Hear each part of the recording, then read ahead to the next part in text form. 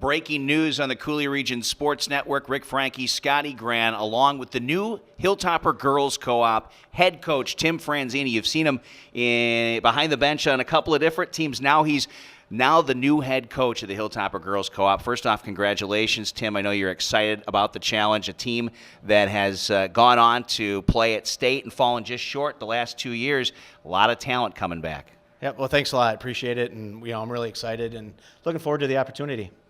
Now, it was a loss to Hayward for the girls there last year at state after beating them during the regular season. This was a team that came in with a strong game plan. I know that Eric Bugenhagen had seen them during the regular season, the former head coach, and they obviously played the kind of strategy they wanted to. They kept the game simple, but they kept the puck away from the offensive dynamics that the Hilltopper girls had last year with Teresa Knutson and Jason Reeves. Yeah, I got to watch both games. We were down there with our with the boys coaches, high school coaches association meeting, so I got to watch both the semifinal and the championship game live. And Hayward played a really nice game, and I thought had a perfect game plan, and they stuck to it, and were able to come out on top in the championship game.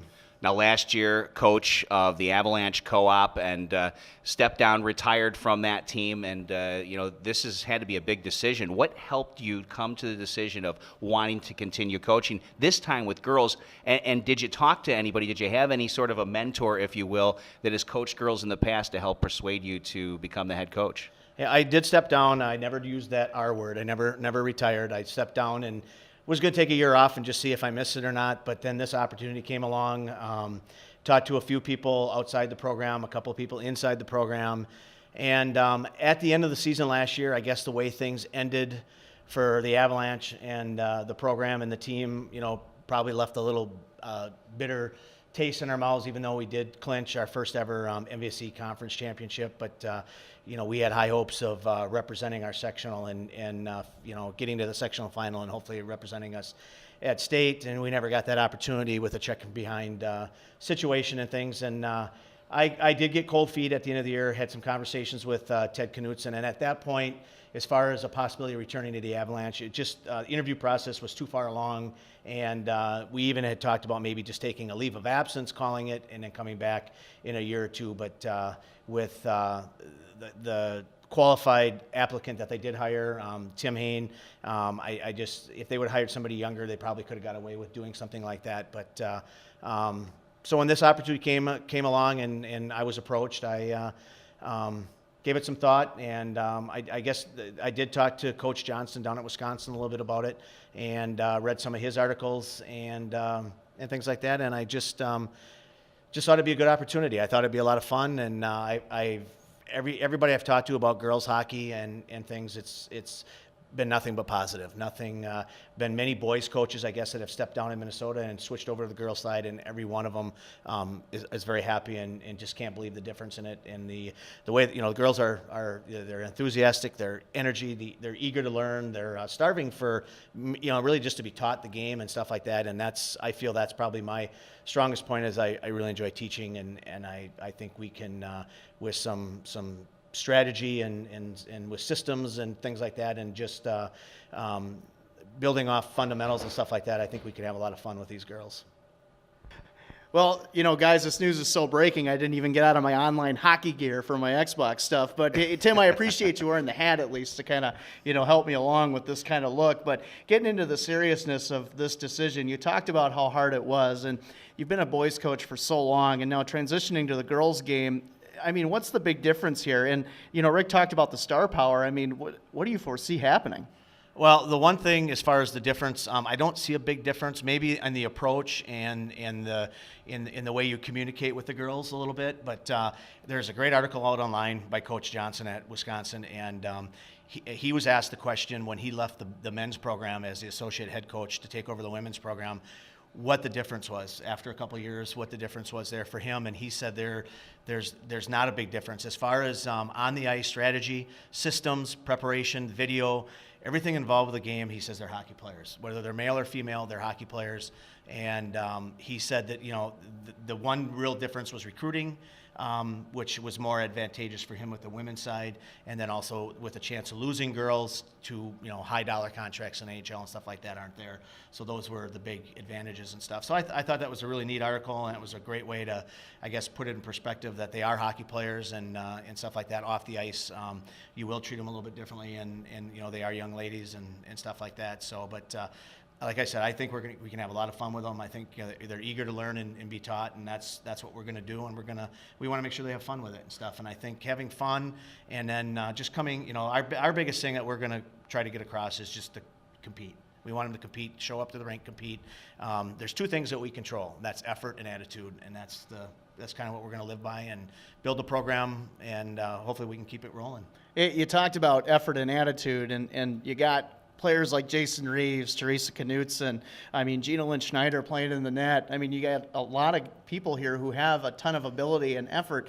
You talk about getting more of the intangibles with these guys. They're already kind of stars, so what do you do to get them over the hump, maybe to go to the next level, which could be college hockey possibly? Right, and I think we can get them there with the things that we're going to do, but we also we feel we can create and have more depth amongst the team and utilize all the girls and not just and live with 8 or 9. I guess you can take that any way you like, but I just think we can utilize, even we have some good young girls coming in the program. There's some good young girls already in the program, and I think there's some roles for them to fill, and I think they'll feel very positively the way that we see them fitting into the program. And I think end of the year you're going to see a lot more depth, and we'll be able to play a lot more girls, and that hopefully will will build us and be ready come tournament time and things. That's one thing we've done with the Avalanche program is we pretty much had to start from ground zero, build it up. In my 7 years there, I can't think of a year that we weren't playing our best hockey at the end of the year, and that's going to be the same focus here. Now let's talk about coaching staff. Obviously, Matt Vandeslunt was one of the coaches, passed with Eric Bugenhagen along with Mark Thorne helping out with the netminders. I understand Mark will be back. Mark will. He's offered, and I gladly accepted, and he'll do a great job with the goaltenders, and he may even get a little bit more involved in some other part of the game and coaching and stuff like that. But his main focus will be the goaltenders, and that's nice to have. I had that luxury. Pretty much all the years I've been coaching, I've surrounded myself with some pretty good coaches and have had position coaches, and I think that's important because that gives me the freedom to float and communicate and talk to the guys, girls, the players individually, and stuff like that. And I like to do that in practice, to be able to make myself available. Plus, I can watch and focus on a position, and then go down and check what's going on the other end and stuff like that. So, Mark is joining us. I do have probably another half dozen coaches that I gotta get it down to. We're gonna hire a couple others, and because I want to have a defensive coach and then a forward coach and things. So there'll be for sure 4 of us, with even a possibility of a 5th person joining us. Now, you mentioned the fact that you're going to try to utilize as many players on the roster as you possibly can. Obviously, the team has been dominated by some high-scoring forwards. We mentioned Teresa Knutson, 70 goals. That's something that's recognized across the country. Jason Reeves obviously showed the speed, great back checker, can play both ends of the ice, fantastic. Chaslin Anderson, another young player who's done very, very well. Jamie Weiland coming back. Sarah Buswell. And you mentioned the net mining, 2 years straight in the state championship game for Gina Lynn. This is the big year for her, and I understand there's some up-and-coming goaltenders as well. Yeah, there's a great nucleus there. Everybody knows about Teresa and Jason and some of the other girls and things. There's a great nucleus there to build and start our program, our focus over around those girls. So there's a great nucleus there and stuff of young ladies. So it's not like we're coming into a bare cupboard and starting at ground zero and stuff. We're got some excellent players, and like I said, I think there's even some freshmen and sophomore with some experience there that it won't take long, and they're going to be key contributors and stuff. And I'm just very confident that we're going to be able to create that depth and have some fun with them. And I think with the schedule that the school has put together and stuff, we're going to need that because we got a very tough schedule. Now, you have some say-so at all in the schedule, or has it already been completed? Do you have any way of putting the schedule together with maybe a couple other challenges? There's really only one game left to be scheduled, so I do have the luxury of doing that. I also have the say if we're going to go back to the Blaine tournament or not. And everything I've heard as far as us participating in that, I've heard good reviews and stuff. So I did have the option to either pull that tournament and pick up 3 other games somewhere else. But at this point, we're gonna go to Blaine, and we basically got 1 or 2 games that we need to fill, and I will have the say who we play and when we can play those and stuff, along with the athletic director. It's been said in the past that Wisconsin girls hockey is getting better, but the state of Minnesota, the state of hockey, the competition level is higher. Those games needed for the challenge to win state, do you think? Well, absolutely. I mean, I think even with the Wisconsin teams that we have on the schedule and stuff like that, I mean, someone had said that we have 7 of the top 10 teams from last season and stuff. So our schedule is going to be much more difficult, which, again, at the end of the year when we want to be playing our best hockey, I think that'll help us get where we want to be.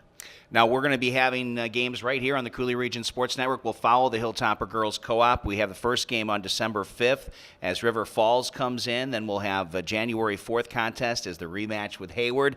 Should be a darn good one. It's an afternoon game. And then on the 14th, we will be traveling with the team to Rochester, Mayo. So we'll get one of those Minnesota teams in on the schedule this year. That'll be fun. I mean, it's anytime you get a chance to play those schools over there, and I'm sure we'll see a couple of Minnesota schools in that Blaine tournament. It'll put in perspective where we're at and what we need to improve on and stuff like that. But just it'll be good for our girls to see what kind of style they play, because that's where we want to get and what they're doing over there. So. Tim, you talked about the depth of just what you have coming back, and you talked about the developmental opportunities with this program. How long-term do you think that this Onalaska girls hockey program, co-op hockey program, can stay just the relevancy and how competitive they are overall in the state? Well, I don't know. I guess 2, 3, 4 year outlook what there is for upcoming players. From I guess what I've heard and things like that, it's pretty positive. Pretty strong. So I think with the program that we put in place, I think I don't see why we can't continue the success they've had in the past and just continue with that and hopefully just get another step further. What's the big difference you're going to add to this team that maybe prior coaches couldn't? Well, I think we're going to be fundamentally sound. I think that we're going to, I guess, however you want to word it, we're going to scheme well. We're going to have actually some systems there, and it'll be a challenge for teams when they see us, because they're going to see some different things. They're not going to just see 2, 3 girls out there and got to shut them down, and they shut us down. I think we're going to be able to do some things just because of the systems that we're going to teach and are going to put in place. Well, Tim, since we've been covering hockey since I came to town in 2000, we've watched you with success at the Onalaska Hilltoppers boys program. We watched you take over an Avalanche Co-op team that was pretty struggling for wins and got it to a point where you shared the conference title last year. And I think it's safe to say that your experience, we're not sure exactly the total number of wins. We know there are a lot of them in comparison to losses. We and most of the community have pretty high expectations because you've done so well in the past, and this is a darn good group of girls. It is, and I'm looking forward to the challenge. And I think, like I said, I think we're going to have a lot of fun with them, and it'll be it's going to be fun. It's going to be challenging, and hopefully at the end it'll be rewarding. Yeah, and we look forward to it. And I'll tell you what, I'll be one of those guys in the seats down there watching it state. These girls are on their way back, and I know that that's your goal. Seats, we're going to be in the booth. What are you talking about? Oh, they don't let you do those games. That's for the big wigs. Not this year. No. All right. For the Cooley Region Sports Network, Rick Frankie, Scotty Grand, and the new head coach of the Hilltopper Girls Co-op, Tim Franzini. We hope you enjoyed our interview with the new head coach.